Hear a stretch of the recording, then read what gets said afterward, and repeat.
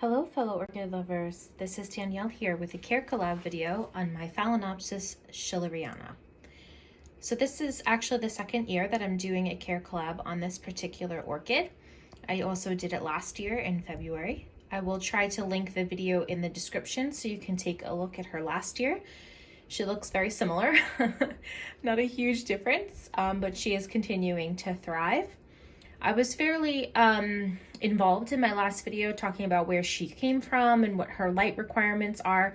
So I'm not going to go as deep involved as last time just because I don't want to just keep repeating myself. So what I'm just going to basically go over with you is how I care for her in my environment. Some of you may know I grow in water culture. If not, I grow in water culture. So basically what that means is that instead of growing in media, I do provide the orchids with water. Sometimes there's a reservoir, sometimes there's not. Particularly with the schilleriana, she is one of my more thirsty Phalaenopsis. I do find that she does not care for any dry days.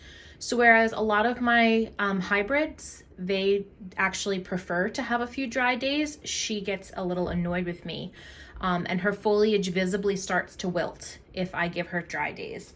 And so she always has a little reservoir of water, as you can see. She typically actually has a cover on her glass to cut down on the algae because she does not care for algae. Some orchids, they will grow with algae in their pot and not be too badly affected by it, but there are some orchids that don't like it, and she is one of them. My Vanda's another one. So if they get extensive algae on their roots, it basically suffocates their roots and they will dump the root. So, and then the other thing about a schilleriana is their roots are different than your typical complex hybrid. As you can see, they are very textured. They're very rough. And so it's a perfect place for algae to really grab a hold and kind of overtake the root system. So typically she does have a cover over her roots because she does sit in a very bright spot and the algae just loves it. And so that's one way that I protect her from the algae that she does not care for. Now it currently is the end of March, and so she's starting to get her root tips back. During the colder months, those root tips do go away, but they are starting to develop again. So most of her roots are getting those root tips back. She does have a really good root system. I've had her since 2018, I believe, and she was a seedling. She was a very small plant and she had basically no roots, and since then she has developed a substantial root system. This is actually her second bloom spike for me. She did bloom last year as well, and it's the exact same number of blooms. She's got 7 blooms this year, just like last year.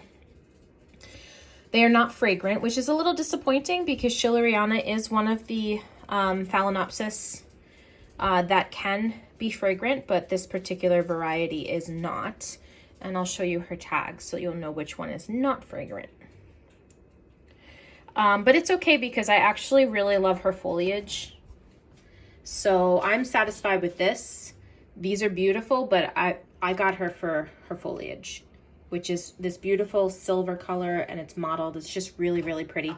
Now, one thing that I have noticed about her growth is she does not like to sustain more than 3 leaves at a time. So this leaf is actually starting to get pale and droopy. As you can see, there's a huge difference in color. She's going to get rid of this soon, which means there's another one coming. That is typical of her. Also, because the weather is starting to get warm and she has spiked, her roots are going to start, like I said, to get those root tips, and she's going to start to get more roots. And so she always sheds a leaf when she's developing another leaf and when she's developing her roots. That's just a pattern of behavior that I've observed with her from day one. As far as light is concerned, she does require more light than your typical hybrid Phalaenopsis. So I have quite a few Phalaenopsis. I have 54 Phalaenopsis, and my hybrids all sit over here. They do have supplemental light, but it's not as bright as where she sits. She actually sits in a south-facing window. So that's her spot right there behind this phal on that shelf. and that's a south-facing window, and there is a supplemental light as well. So she gets a lot of light. And that's not something that typically a Phalaenopsis, especially a hybrid Phalaenopsis, needs in order to thrive. As you can see, these Phalaenopsis are not in that bright of light, and they are doing fabulously. So she does need a fair amount more light than my other Phalaenopsis. So she requires more water and more light than my other Phalaenopsis, my hybrid Phalaenopsis. As far as fertilizer is concerned, I kind of just feed her along with whatever I'm feeding my other phals. Phals can take a fair amount of feed, so I usually do minimally, I'll do around 150 ppm or parts per million. And that seems to keep her happy. Every once in a while, I might give a little bit higher than that, but usually not too much more. I do regularly flush her glass. So once a week, she gets a full glass up to, you know, the top of her roots, not all the way up to the stem, but up to the top of the roots. And I let her sit like that, usually for a day. And then I take the water back out until she only has a little bit of reservoir. And since I do water culture, I do like to rinse with plain water at least once a month, just to make sure that there's no buildup of salts. So as you can see, she's doing really, really well. She is not the biggest Phalaenopsis I have. I find that that's fairly typical with species phals. I do have a few species phals, and they're not ever going to be like these big, huge complex hybrid phal, at least not in my environment. I'm sure that there are people that grow it and maybe have a different variety, that the leaves are very large and robust, but I still actually consider her to be a somewhat young plant. Like I said, I got her in 2018 as a seedling, and this is only her second time blooming. So maybe in the years to come, she'll get more bulky, but either way, I am in love with this plant. I really, really enjoy it. So if you can get a schilleriana and add it to your collection, I don't think you'll be disappointed. If you have any specific questions about my care, especially because I do grow in water culture and that's not something that a lot of people do grow in, please feel free to ask me. Otherwise, I hope you're all having a great day.